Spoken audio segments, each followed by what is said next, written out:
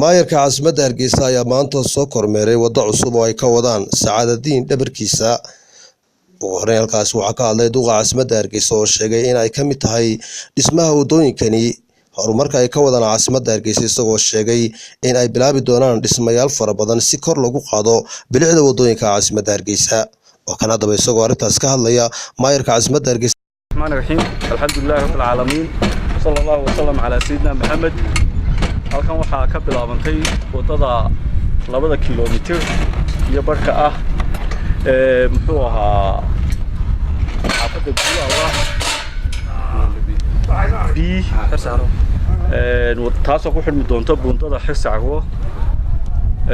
Allahumma salli ala Muhammad. wadadaasi oo dadweynaha contribution-ka qaybtii koowaad ay bixiyeen inta wadada Xiraawo loo diyaargaroobay insha Allah taala la sii dhisayo.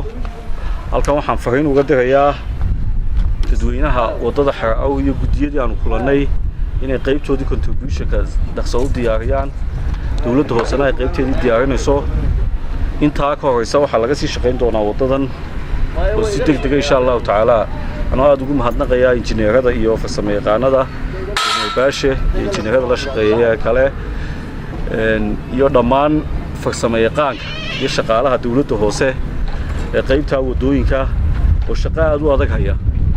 waxaan leeyahay dadweynahana contribution-ka wixii qaybtii hore bixiseen oo taa lagu shaqeynayo qaybta labaadna insha Allah taala soo dhameystira. wadadana insha Allah taala waxaan wajahnaynaa muddo kooban ku dhamaato.